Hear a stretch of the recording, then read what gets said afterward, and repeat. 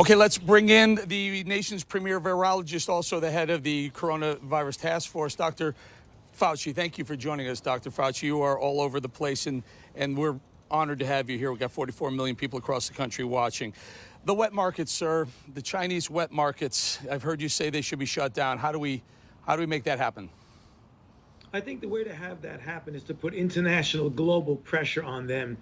It's very clear that the animal-human interface that occurs in those wet markets have already literally in the last 18 years, from SARS back in 2002 to the 2012 MERS, we've had now 3 major outbreaks: SARS, MERS, and now this terrible novel coronavirus outbreak, due to that interface where animals that are put into contact with humans that harbor in our reservoir for these viruses, when you have that close contacts, it jumps species. I know it's going to be very difficult from a cultural and other standpoint, traditions of that kinds of markets, but they really need to look at that very seriously and try to put some restrictions and restraints on that. And if they don't want to do it, I think we need to have a lot of international pressure from the rest of the world, the WHO and others, to see if they can do that. Dr. Fauci, are we sure that this happened not by accident? Let's say it did happen by accident, but are we sure that this was a result of a person at one of these wet markets consuming one of these animals that was either live or recently slaughtered? Is this how it happened? Or, there are those, and I'm more and more, by the way, let me clarify this. I watch every single minute of every briefing that you guys are talking about. I'm a student of this virus. The more I read about it, the more I hear about it, the more celebrities that are dying, the more actors that are dying, more athletes, the more world leaders that are dying or contracting it, tells me this is something different. How sure are you that this came from animal to human outside of a biological lab? Well, we're pretty certain of that. And the reason we are is that when you look at the evolution of the mutations that occur in animals like bats and other intermediary hosts, you see a natural progression of mutations that lead to the one that allowed it to jump species. So that was going on in the wild. Clearly, we didn't appreciate it, but when you go back and you look at the genetic sequences of those viruses, it's more than highly suggestive that this was just a natural event of jumping species accidentally because of close human to animal interface, as opposed to something that came out of a laboratory. Well, sir, couldn't it come out of a laboratory, human to animal jump species in the laboratory setting? There is never impossible that happened, but it is extraordinarily unlikely. When you look at the history of this outbreak and the history of SARS, very similar, a bit of a different virus, same class, same coronavirus. When you look at what happened with MERS, the Middle East Respiratory Syndrome, it was the same thing. With SARS, it was from a bat to an animal called a civet cat, which is served and eaten at festive undertakings in China. That's how we got SARS. With MERS, it was a bat to a camel, and that's why it outbroke in the Middle East and Saudi Arabia. And it is almost certain that that's exactly what happened this time. Sure. And I agree with you. And look, I'm an economist. I'm not a virologist, but let's have a conversation. You guys do models, and modeling is a guesswork. And you look at what the data returns, and you see how good or how well your model has predicted the future. Here's my problem with all of this, sir, and I think I speak for a lot of people. For this to start in Wuhan, China, the Chinese tell us there's only 3,000, 3,500 deaths so far in the whole continent, the whole Chinese state. 8 or 9 cases in Beijing, 7 or 8 cases in Shanghai. New York City, they're dying by the hundreds per day, and that's 7,500 miles away. How could cities like Beijing and Shanghai have under 10 deaths only a few hundred miles away from Wuhan?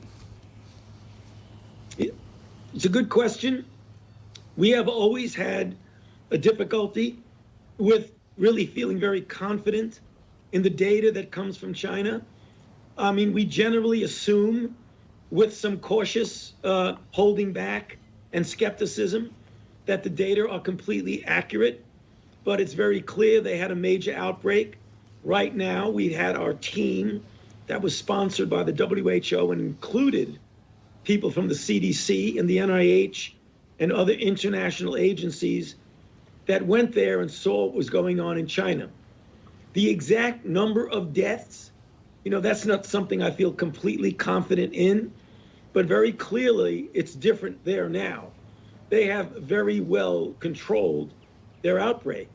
They did it by rather draconian means that we would not be able to implement in the United States. But getting back to your original question, I don't have complete confidence in the numbers of total deaths that they're reporting. Let's talk a little bit about hydroxychloroquine. Now, the president's been taking a lot of heat. And again, I want this to be non-political. I just want to talk the science, sir, and you're the right guy for that. Hydroxychloroquine, you've warned against, prophylactically taking this drug, that there may be some side effects that we don't know. But, a lot of us out here believe if the drug was tested for lupus and some sort of rheumatoid arthritis, don't we know the side effects that it may cause? So why wouldn't we use this for something that's killing people? Well, it is being used, and it's being used under two different pathways. One is an off-label prescribing by physicians, and that has to be an agreement and an understanding between a physician and a patient that there are certain risks because, by the way, the dosages that you'll be using for coronavirus are far greater than the dosages that you use for malaria or that you use for autoimmune diseases such as lupus. Secondly, as I've said many times, the information that this has a beneficial effect is really scant. There are some studies that are not really the kinds of well-controlled studies that we generally use to make definitive decisions that suggest that it might work. There are other studies that show that it doesn't work at all.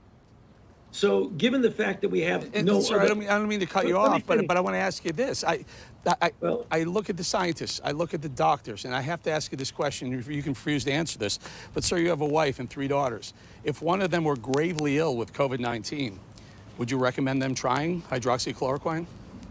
Well, my daughters are adults. What I would do is I would tell them to make their own decision. Myself, personally, if I were infected, I would want to go into a clinical trial. I would want to do it under the auspices of a clinical trial, a well-controlled clinical trial. With regard to my family, they're all adults.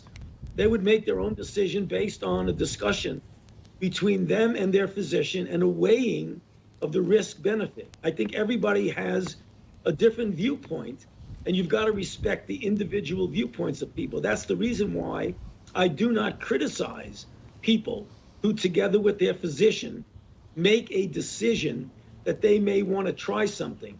But in the same breath, I have to say, there is not definitive evidence that it works. And we are not quite sure yet of the toxicities because you're using it in a different disease and you're using it at a much higher dose. Ultimately, as the information gets accumulated, we will get a better idea. And also, I think importantly, in addition to the off-label use, there are randomized controlled trials that are looking at the safety and the efficacy of hydroxychloroquine. So we will get the answer ultimately. All right. Sir, you raised some eyebrows recently, and you're being very honest and fair. Someone asked you, when will America be back to normal? And your comment was something along the lines of, we'll probably never be back to normal, pre-COVID-19 normal. But give us a sense of what post-COVID-19 normal looks like for America, in your opinion.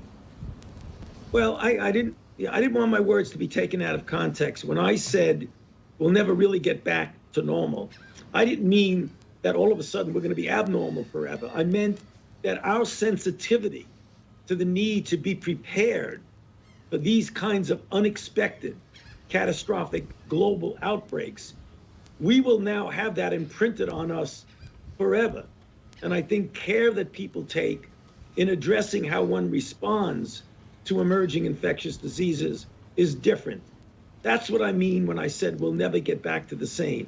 getting back to some degree of normality, that will come. We will get over this. It may not just be in the next month or two, because we have to be concerned and prepared for the possibility that it might cycle. It might come back next season if we get it under control, which I think we will get it under control within the next several weeks to a month or so. But we need to make sure we're All right, prepared. I have about a minute or so, and I just want you to give us a little bit of sense. I mean, will there be, and granted, you're not a politician, you're not an economist, you're a virologist. When would it be smart for us to go back to, let's say, a baseball stadium sitting next to someone very close to me? You know, it's tough to predict, but the guidelines are extended for 30 days till the end of April. We will have a considerably amount more information by then as to whether that curve has gone steeply down. As it does, we'll have a graded, progressive return to some form of normality. Whether that will include ballparks where people are sitting next to each other is difficult to say right now. But I think we'll gradually phase into that. There are different ways of doing that. You could have ball games in which you don't fill up a complete stadium and you keep a certain distance. I'm sure that the directors of the Major League Baseball associations are probably considering that right now. Right. Yeah. And you're a fan of sports, Dr. Anthony Fauci. Really appreciate it. I'm just thinking there's so many things coming up. We have summer, we have baseball, we have two conventions. We have two national conventions. That's a lot of people. Would you recommend that the RNC and the DNC cancel their national conventions? No, I don't think I can comment on that right now. I really think we need to see where we are at the time that those conventions are being planned. Right now, I think we're moving in the right direction, but we evaluate this daily on a day-by-day basis. Mm-hmm. Yeah, Dr. Fauci, Anthony Fauci, thank you so much for your time. Really appreciate you.